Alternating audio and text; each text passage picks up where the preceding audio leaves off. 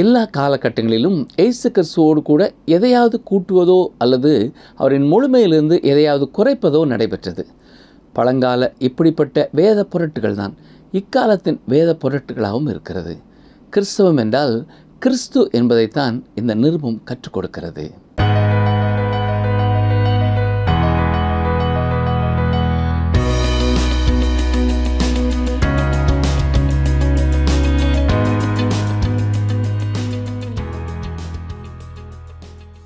வேத ஆராய்ச்சி நிகழ்ச்சிக்காக காத்திருக்கும் அன்பர்களை சௌக்கியமும் ஆரோக்கியம் வரப்பண்ணுவேன் என்று வாக்கு கொடுத்த கிறிஸ்துவின் இன்ப நாமத்தினாலே வாழ்த்துகிறோம். என்ன நேயர்களே, சுகமாக இருக்கிறீர்களா? இந்த நாள் முதல் நாம் பவுல் அப்போஸ்தலன் கொலோசேயருக்கு எழுதின நிருபத்தை கற்றுக்கொள்ளப் போகிறோம். இந்த நாளிலும் இந்த நிருபத்திற்கான அறிமுக பகுதியினை கற்றுக்கொள்வோமா? நாம் கற்றுக்கொண்ட உன்னத பாட்டு நிகழ்ச்சியினை ஒருவேளை நீங்கள் கேட்க தவற விட்டிருந்தாலோ அல்லது மீண்டும் கேட்க வேண்டும் என்றிருந்தாலும் எங்களுடன் தொடர்பு கொள்ளுங்கள். சரி, வாருங்கள் இந்த நாளின் செய்திக்குள் நாம் கடந்து செல்லலாம். எங்களுக்கு மிகவும் அருமையான வேத ஆராய்ச்சி நேயர்களே, இன்று முதல் அடுத்த 11 நிகழ்ச்சிகளிலே அப்போஸ்தலனாகிய பவுல் கொலோசேயருக்கு எழுதின நிருபத்தை நாம் கற்றுக்கொள்ளப் போகிறோம். ரோமாபுரியின் சிறைச்சாலையில் இருந்த காலத்திலே பவுல் அப்போஸ்தலன் எழுதிய கடிதங்களுள் இந்த கடிதமும் ஒன்று. அந்நாட்களிலே பவுல் எழுதிய நிருபங்கள் எபேசியர், பிலிப்பியர், கொலோசையர், அது மட்டுமல்ல பிலமோனுக்கு தனிப்பட்ட வகையிலே அவர் எழுதிய கடிதமும் ஒன்றே. கிறிஸ்துவுக்கு பின் 62ஆம் ஆண்டிலே யாரும் கவனிக்காவண்ணமாக 4 செய்தியாளர்கள் விலையேற பெற்ற இந்த 4 கடிதங்களையும் எடுத்துக்கொண்டு ரோமாபுரியை விட்டு புறப்பட்டு சென்றார்கள். தீகிக்கு எபேசு சபைக்கு எழுதப்பட்ட கடிதத்தை சுமந்து கொண்டு எபேசு பட்டணம் சென்றார்.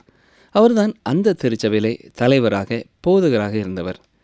எப்பாப்ரோதீத்து பிலிப்பி திருச்சபையிலே போதகராக இருந்தபடினாலே அவர் பிலிப்பி திருச்சபைக்கான கடிதத்தை எடுத்துக்கொண்டு சென்றார்.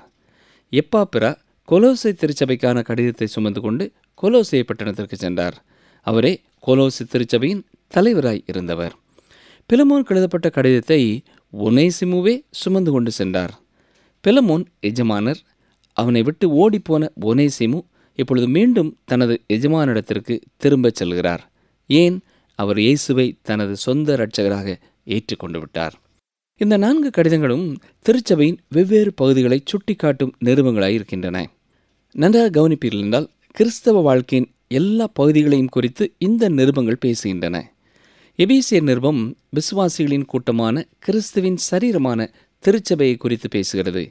கிறிஸ்துவே அதன் தலையாயிருக்கிறார். கொலோசேயருக்கு எழுதப்பட்ட நிருபம் தலையாகிய கிறிஸ்துவை குறித்து பேசுகிறது. சரீரம் இரண்டாவது தான், கிறிஸ்துவே முதன்மையானவர். கிறிஸ்தவ வாழ்க்கையின் மையத்திலே கிறிஸ்து இருக்கிறார். கொலோசேயர் நிருபம் கிறிஸ்துவின் முழுமையை முக்கியத்துவப்படுத்துகிறது. பிலிப்பியர் நிருபம் உலகத்தில் நடமாடும் திருச்சபையை காட்டுகிறது. கிறிஸ்தவ வாழ்க்கைதான் பிலிப்பியர் நிருபத்தின் கருப்பொருள். கிறிஸ்துவை மையமாக கொண்ட சுற்றி உள்ள வட்டத்தை இது குறிக்கிறது. பிலிப்பியர் நிருபம் நமக்காக அடிமையான இயேசு கிறிஸ்துவை முக்கியத்துவப்படுத்துகிறது. பிலமோன் நிருபமானது செயல் வடிவத்திலே கிறிஸ்தவத்தை காட்டுகிறது. நடைமுறையான வாழ்க்கையிலே கிறிஸ்தவம் எப்படி மன்னிப்பு கொடுக்கிறது, எப்படி ஏற்றுக்கொள்ளுகிறது என்பதை தெளிவுபடுத்துகிறது.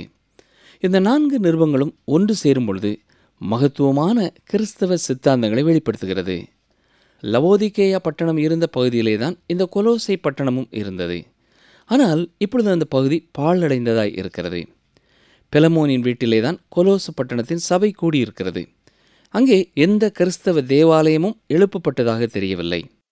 அங்கே நாகரிகமான மக்கள் அதிக ஜனத்தொகையிலே இருந்த காலம் உண்டு. அதுவே கிழக்கத்திய நாட்டிற்கு வாசலாயும் இருந்தது. பிரிகியா நாட்டின் வாசல் என்று அது அழைக்கப்பட்டது. அங்கேதான் கிழக்கும் மேற்கும் ஒன்றை ஒன்று சந்திப்பதாய் இருந்தது.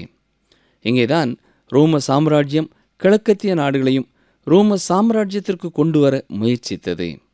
லவோதிகேயா, பிலதெல்பியா, சர்தை, தியத்திரா, பெருகமு போல கொலோசி பட்டணமும் சுற்றி மதில் எழுப்பப்பட்ட பட்டணமாய் இருந்தது. கிழக்கத்திய பகுதிகளிலே இருந்து இதை கைப்பற்ற வருபவர்களை தடுத்து நிறுத்தும் மதில்களாக இவை இருந்தன. ஆனால் அப்போஸ்தலனாகிய பவுலுடைய காலத்திலே இந்த ஆபத்து ஓரளவு நீங்கியதாயிருந்தது. ஏனென்றால் ரோம சாம்ராஜ்யம் இந்த பகுதிகளையெல்லாம் பொறுப்பெடுத்து கொண்டிருந்தது. அதே வேளையிலே மக்கள் ஒழுக்கக்கேடான வாழ்க்கைக்குள்ளும் தவறான வழிபாடுகளுக்குள்ளும் கடந்து சென்று விட்டார்கள். எனவே அக்கால ஒழுக்கக்கேடான நிலைமைக்கும் நாகரிகத்திற்கும் கொலோசே பெயர் பெற்றதாய் இருந்தது. நம்முடைய கரங்களிலே இருக்கிற வேத வசனங்களின்படி அப்போஸ்தலனாகிய பவுல் கொலோசே பட்டணத்திற்கு சென்றதில்லை. ஏனென்றால் பவுல் பிலிப்பி தேசத்தின் வாசல் வழியாக அந்த பகுதிக்குள்ளே வரவில்லை. சரதை பக்கத்து வழியாக கொலோசேக்கு வடபுறமாக உள்ளே வந்தார். எபேசுவிற்கு செல்லும் அந்த பாதையிலே அவர் கடந்து சென்றார். எனவே கொலோசே பட்டணத்திற்குள்ளே அவர் செல்லவில்லை. அப்போஸ்தலனாகிய பவுல் கொலோசே பட்டணத்திற்கு செல்லவே இல்லை என்றாலும் அவர்தான் அந்த திருச்சபையை ஸ்தாபித்தவர். எப்பாப்பிரா அந்த திருச்சபையின் தலைவராய் இருந்தார். அவரே நேரடியாக கொலோசே பட்டணத்திலே திருச்சபையை ஸ்தாபித்தவர் என்றும் நாம் கூறலாம். கொலோசே பட்டணத்து திருச்சபையை ஸ்தாபித்த எப்பாப்பிரா ரோமாபுரியிலேயும் திருச்சபையை ஸ்தாபித்தவர் என்று கூறலாம். ஆரம்ப காலங்களிலே கொலோசேயில் இருந்த எப்பாப்பிரா பின்னர் ரோமாபுரிக்கு கடந்து சென்று விட்டார். லவோதிக்கியா பட்டணத்திற்கு அப்போஸ்தலனாகிய பவுல் சென்றிருக்கக்கூடும். அங்கே இருந்து விசுவாசிகள் கொலோசே பட்டணத்திற்கு கடந்து சென்றிருக்கக்கூடும். அது மட்டுமல்ல, எபேசு பட்டணத்திலே பவுல் அப்போஸ்தலனின் ஊழியத்தின் மூலமாக கிறிஸ்துவை அறிந்து கொண்ட விசுவாசிகள் கொலோசே பட்டணத்திலே வந்து குடியேறியிருக்கலாம். இவ்வாறாக கொலோசே திருச்சபை ஆரம்பமானது. கொலோசே பட்டணம் எபேசு பட்டணத்திலிருந்து சுமார் 100 மைல்களுக்கு கிழக்கே இருக்கிறது. அப்போஸ்தலனாகிய பவுல் எபேசு பட்டணத்திலே 3 ஆண்டுகள் தங்கியிருந்து ஊழியம் செய்தார். 2 ஆண்டுகள் திறனு என்பவனுடைய வித்தியாசாலையிலே வந்து மற்றவர்களுக்கு கற்றுக் கொடுத்து கொண்டிருந்தார். அந்நாட்களிலே நாகரிகத்தின் உச்சகட்டம் அங்கே இருந்தது. ரோம கலாச்சாரம் அங்கே மையம் கொண்டிருந்தது. இந்நாட்களிலே துருக்கி என்று அழைக்கப்படும் பகுதியிலே தான் கிரேக்க கலாச்சாரம் நிறைந்திருந்தது. அதைத்தான் சின்ன ஆசியா என்றும் அழைக்கிறோம். இந்த பகுதியிலே தான் அப்போஸ்தலனாகிய பவுல் தனது உடன் ஊழியர்களோடு அதிகமான பணியை நிறைவேற்றினார். யோவான் மார்க்கு, பர்னபா, சீலா, தீமோத்தேயு இவர்களும் இந்த பகுதியிலே பணி செய்திருக்கிறார்கள். பின்னான காலங்களிலே அப்போஸ்தலனாகிய யோவான் எபேசு திருச்சபையின் போதகராய் இருந்திருக்கிறார். சின்ன ஆசியா கலாச்சாரத்தின் மையமாய் இருந்திருக்கிறது.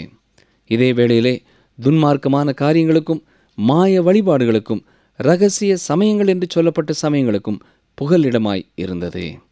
மட்டுமல்ல, திருச்சபைக்கு எதிரான முதலாவது வேத புரட்டு உருவானது. இந்த கூட்டத்தினர் தங்களுக்கு விசேஷித்த ஆத்தும அறிவு பெற்றிருப்பதாக கூறினார்கள். அவர்கள் ஆவிக்குரிய காரியங்கள் தங்களுக்கு தான் தெரியும், அப்போஸ்தலர்களை விட தாங்கள் சிறந்தவர்கள் என்று கூறிக்கொண்டார்கள். அப்போஸ்தலனாகிய பவுல் கொலோசியர் 1 அதிகாரம் 28 வசனத்திலே இப்படிப்பட்டவர்களை குறித்து ஒரு எச்சரிப்பின் குரல் எழுப்புகிறார். வாசிக்கிறேன். கொலோசியர் 1:28. எந்த மனுஷனையும் கிறிஸ்து இயேசுவுக்குள் தேறினவனாக நிறுத்தும்படிக்கு அவரையே நாங்கள் அறிவித்து, எந்த மனுஷனுக்கும் புத்தி சொல்லி, எந்த மனுஷனுக்கும் எல்லா ஞானத்தோடும் உபதேசம் பண்ணுகிறோம். எந்த ஒரு சமயத்திலும் எந்த ஒரு வேத புரட்டிலும் பரிபூரணம் இல்லை. கிறிஸ்துவில் மட்டுமே பரிபூரணம் உண்டு. சகல ஞானத்தையும் அவரிலேயே கண்டுகொள்ள முடியும் என்பதுதான் அப்போஸ்தலனாகிய பவுலுடைய விளக்கம். இரண்டாவதாக, இந்த விசேஷித்த ஆவிக்குரிய அறிவு பெற்றிருப்பதாக கூறுகிறவர்கள் தேவன் இந்த உலகத்தை படைக்கவில்லை, தேவன் சிருஷ்டித்த ஒன்று மற்றுமொரு சிருஷ்டிப்பை உண்டு பண்ணியது, இவ்வாறு தொடர்ந்து உண்டு பண்ணப்பட்ட ஒன்றுதான் இந்த பூமி என்றும் கூறுகிறார்கள். இந்த வரிசையிலே வந்த ஒருவர்தான் இயேசு கிறிஸ்து என்றும் கூறுகிறார்கள். இப்படிப்பட்ட எண்ணத்தை குறித்தும் கொலோசியர் 1 அதிகாரம் 15 முதல் 19 வசனங்களிலேயும் 2 அதிகாரம் 18 வசனங்களிலேயும் பவுல் குறிப்பிட்டிருக்கிறார். மூன்றாவதாக, ஆவிக்குரிய விசேஷித்த அறிவை நாங்கள் பெற்றிருக்கிறோம் என்று கூறுகிற கூட்டத்தினர் இச்சையை அகற்றி, உடலை வருத்தி, அஞ்ஞான வழியை அகற்றி மெஞ்ஞான வழியிலே நடக்கும் ஆன்ம ஞானிகள் என்று தங்களை கூறிக்கொண்டார்கள்.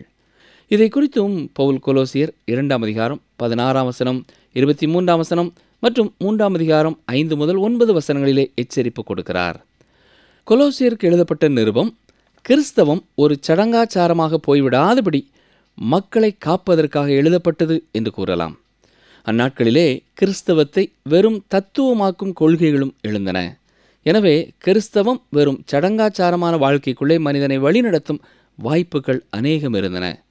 மட்டுமல்லாமல் தத்துவ கொள்கையைப் போல ஒழுக்கமற்ற வாழ்க்கைக்கு நேராய் மனிதனை வழிநடத்தக்கூடியதாகவும் அந்நாட்களிலே இருந்தது. ஞாபகம் இருக்கிறதா?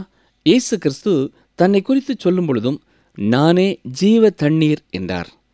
நானே ஜீவனுக்குரிய பனிக்கட்டி என்று சொல்லவில்லை, நானே ஜீவனை கொடுக்கும் நீராவி என்றும் சொல்லவில்லை. அவர் தன்னை ஜீவ தண்ணீர் என்று சொல்லியிருக்கிறார்.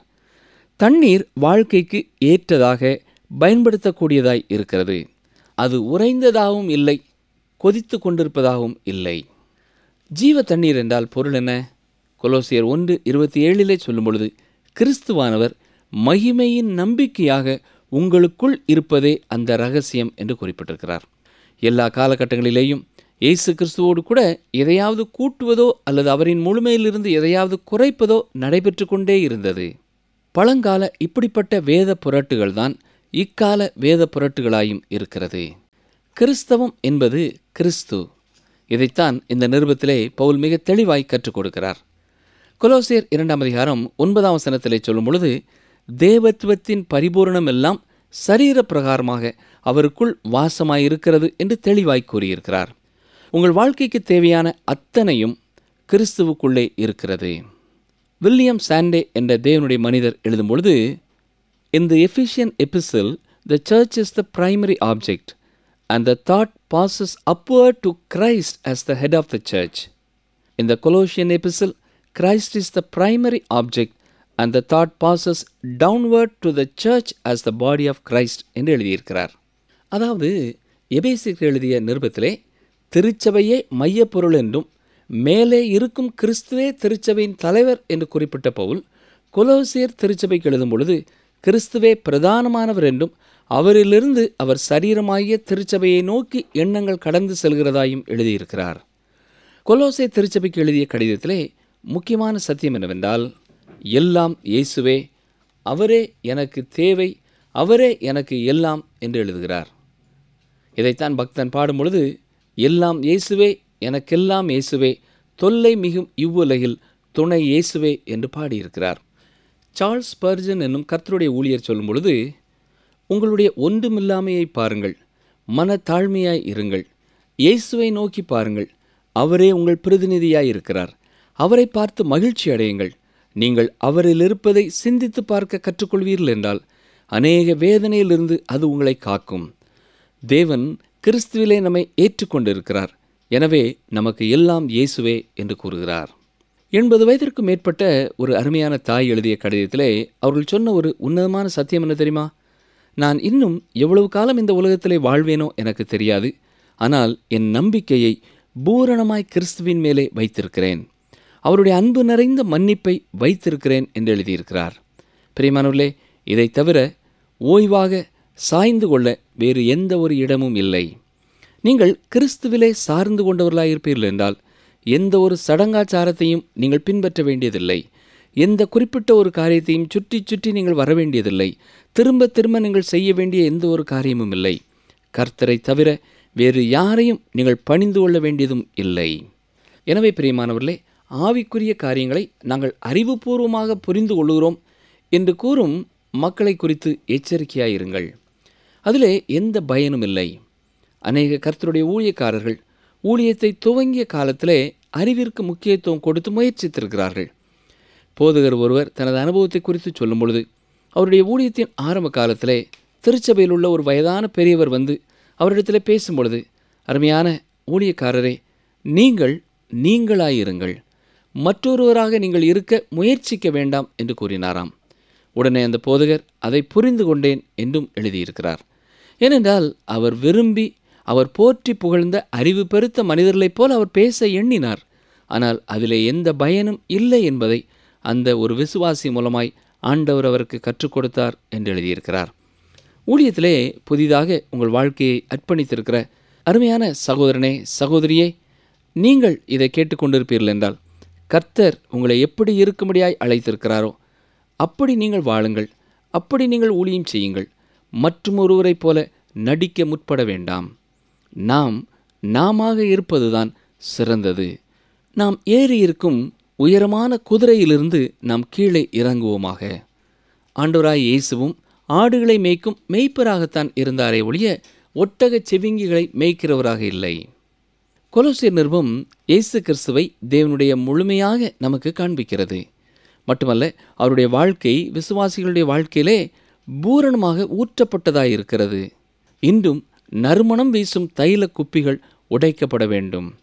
இந்த உலகம் சில காரியங்களை கண்களினாலே பார்க்க வேண்டியது மட்டுமல்ல, சில காரியங்களை முகர்ந்து பார்க்க வேண்டியதாயும் இருக்கிறது. பல வகைகளிலே உலகம் மாசடைவது அதிகரித்து கொண்டே இருக்கிறது. பல காரியங்களை கவனிக்கும் பொழுது மிகவும் நாற்றமாயிருக்கிறது. இயேசு கிறிஸ்துவினுடைய அருமையான வாசனை வீசுகிறவர்களாக விசுவாசிகளும் திருச்சபையும் வாழ எதிர்பார்க்கப்படுகிறார்கள். ஆம் பிரியமான சகோதரனை சகோதரியே, ஒவ்வொரு நாளும் நாம் செய்தித்தாளிலே பல செய்திகளிலே கவனிக்கிற காரியங்கள் நமக்கு மகிழ்ச்சியை தரும் காரியங்களாக இல்லை. இதை நீங்களும் ஒத்துக்கொள்வீர்கள் இல்லையா? தீமையான காரியங்களை குறித்தும் பாவமான காரியங்களை குறித்துமே வேதனையான காரியங்களை நாம் கேள்விப்படுகிறோம். இப்படிப்பட்ட உலகத்திலே வாழுகிற நாம் சந்தோஷத்தை கொடுக்கிறவர்களாகவும் சமாதானத்தை கொடுக்கிறவர்களாகவும் ஆறுதலை கொடுக்கிறவர்களாயும் அன்பையும் அரவணைப்பையும் மற்றவர்களுக்கு கொடுக்கிறவர்களாயும் காணப்படும்படியாக நம்மிலே இயேசு வாழுகிறார். ஒரு விசுவாசியினுடைய வாழ்க்கையிலே கிறிஸ்து முழுமையாக வாழ அனுமதி அளிக்கும் பொழுது அந்த வாழ்க்கை அந்த குடும்பத்திற்கும் அந்த சமுதாயத்திற்கும் அவர்கள் வேலை செய்யும் இடத்தில் உள்ளவர்களுக்கும் நறுமணம் வீசுகிற ஒரு வாழ்க்கையாக இருக்கிறது. நம்முடைய வாழ்க்கை அப்படிப்பட்ட ஒரு வாழ்க்கையாக இருக்கிறதா என்பதை சற்றே எண்ணி பார்ப்போமா? திட்டவட்டமாக ஆம், என்னுடைய வாழ்க்கை அநேகரை மகிழ்வுறச் செய்கிறது, அநேகரை ஆறுதல் படுத்துகிறது என்பதை அறிந்தவர்களாக இருப்போம் என்றால் கர்த்தருக்கு ஸ்தோத்திரம் செலுத்துவோம். என்னுடைய வாழ்க்கை அப்படிப்பட்ட ஒரு வாழ்க்கையாக இல்லை. நான் ஒரு சடங்காச்சார கிறிஸ்தவனாக இருக்கிறேன். ஞாயிறு மட்டும் ஆராதனைக்கு சென்றுவிட்டு வாரத்தின் நாட்களிலே இயேசு என்னிலே ஜீவிக்கிறார் என்பதை வெளிப்படுத்த முடியாத ஒரு வாழ்க்கை வாழ்ந்து கொண்டு இருக்கிறேன் என்றால் அதை குறித்து நான் ஆழமாக சிந்திக்க வேண்டும். கொலோசையருக்கு பவுல் எழுதிய நிருபத்தை கற்றுக்கொள்ளும் நாட்களிலே நம்மிலே கிறிஸ்து ஜீவிப்பதை உலகம் காணத்தக்கதாக நம்முடைய வாழ்க்கை நறுமணம் வீசும் ஒரு வாழ்க்கையாக மாற, கிறிஸ்துவின் நற்கந்தங்களாக நாம் மாற நம்மை அர்ப்பணிப்போமா? ஜெபம் செய்வோம். எங்களை நேசிக்கிறீங்களா அன்பின் ஆண்டவரே, தவறான ஆவிக்குரிய கொள்கைகளின் மத்தியிலே வாழ்ந்த கொலோசு சபைக்கு அப்போஸ்தலனாகிய பவுல் எழுதிய சத்தியங்கள் இன்றும் எங்கள் ஒவ்வொருவருக்கும் பயனளிக்கப் போவதற்காக உமக்கு நன்றி செலுத்துகிறோம். இந்த நாட்களிலேயும் நாங்கள் எப்பக்கம் திரும்பினாலும் துர்நாற்றத்தையே கவனிக்கிறோம், துன்மார்க்கத்தையே பார்க்கிறோம். இப்படிப்பட்ட சமுதாயத்திலே உம்முடைய பிள்ளைகளாகிய நாங்கள் நற்கந்தங்களாக, மனம் வீசுகிறவர்களாக, மற்றவர்களுக்கு மகிழ்ச்சியை கொடுக்கிறவர்களாக, ஆறுதலை அளிக்கிறவர்களாக, உம்மிலே எப்பொழுதும் இளைப்பாரி இருக்கிறவர்களாக, அநேகரை உம்மிலே இளைப்பாறச் செய்கிறவர்களாய் வாழ எங்களை தாழ்த்தி தருகிறோம். உம்முடைய தூய ஆவியானவர் மூலமாய் தொடர்ந்து எங்களோடு பேசும். எங்களை நீர் விரும்புகிற பாத்திரங்களாக வனைந்து உம்முடைய நாம மகிமைக்காக பயன்படுத்தும். எங்கள் வாழ்க்கையின் எல்லா பகுதிகளிலேயும் நீரே எல்லாவற்றிற்கும் எல்லாமாயிருப்பதற்காக உமக்கு ஸ்தோத்திரம் செலுத்துகிறோம். உம்மை தவிர வேறு எந்த ஒரு காரியமும் எங்கள் வாழ்க்கையிலே முதலிடம் பெற்றுவிடாதபடி அனுதினமும் எங்களை காத்துக்கொள்ள ஒப்புக் கொடுக்கிறோம். இயேசு கிறிஸ்துவின் வல்லமை உள்ள நாமத்தினாலே வேண்டிக் கொள்கிறோம் பிதாவே, ஆமேன். என்ன நேயர்களே, இந்த நாளிலும் கற்றுக்கொண்ட சத்தியங்களில் சிலவற்றை மீண்டும் ஒருமுறை திரும்பி பார்ப்போமா? எபேசியர் நிருபம் கிறிஸ்துவின் சரீரமான திருச்சபையை குறித்து பேசுகிறது. கொலோசியர் நிருபம் தலையாகிய கிறிஸ்துவை குறித்து பேசுகிறது. பிலிப்பியர் நிருபம் உலகத்தில் நடமாடும் திருச்சபையை காட்டுகிறது. பிலேமோன் நிருபம் செயல் வடிவத்திலே கிறிஸ்துவை நமக்கு காட்டுகிறது. அப்போஸ்தலனாகிய பவுல் கொலோசே பட்டணத்திற்கு செல்லவில்லை என்றாலும் அவர்தான் அங்கு திருச்சபையை ஸ்தாபித்தவர். இந்நாட்களிலே துருக்கி என்று அழைக்கப்படும் பகுதிகளில் அந்நாட்களில் கிரேக்க கலாச்சாரம் நிறைந்திருந்தது. அதைத்தான் சின்ன ஆசியா என்று அழைக்கிறோம். கொலோசே திருச்சபை கடிதத்தின் முக்கியமான சத்தியம் என்னவென்றால், எல்லாம் இயேசுவே, அவரே எனக்கு தேவை, அவரே எனக்கு எல்லாம் என்பதுவே. நீங்கள் கிறிஸ்துவிலே சார்ந்து கொண்டவர்களாக இருந்தால் எந்த ஒரு சடங்காச்சாரத்தையும் நீங்கள் பின்பற்ற வேண்டுவதில்லை. ஊழியத்திற்கென்று புதிதாக அர்ப்பணித்திருக்கிறவர்களே, கர்த்தர் உங்களை எப்படி இருக்கும்படியாக அழைத்திருக்கிறாரோ அப்படியே நீங்கள் வாழ்ந்து கொண்டு அப்படியே நீங்கள் ஊழியம் செய்யுங்கள். மற்றும் ஒருவரை போல நடிக்க முற்பட வேண்டாம். நாம் நாமாக இருப்பதே சிறந்தது. நண்பர்களே, இந்த நிகழ்ச்சி உங்களுக்கு ஆசீர்வாதமாக இருந்திருக்கும் என்று நம்புகிறோம். அடுத்த நிகழ்ச்சியில் நாம் கொலோசியர் 1 அதிகாரம் முதல் 8 வசனங்களை கற்றுக்கொள்ள இருக்கிறோம். எனவே அதை நீங்கள் தியானித்து ஆயத்தமாகுங்கள். கர்த்தர் உங்களோடு இருப்பாராக. ஒருவன் எனக்கு ஊழியம் செய்தால் அவனை பிதாவானவர் கனம் பண்ணுவார். யோவான் 12:26 பின்பாகம்.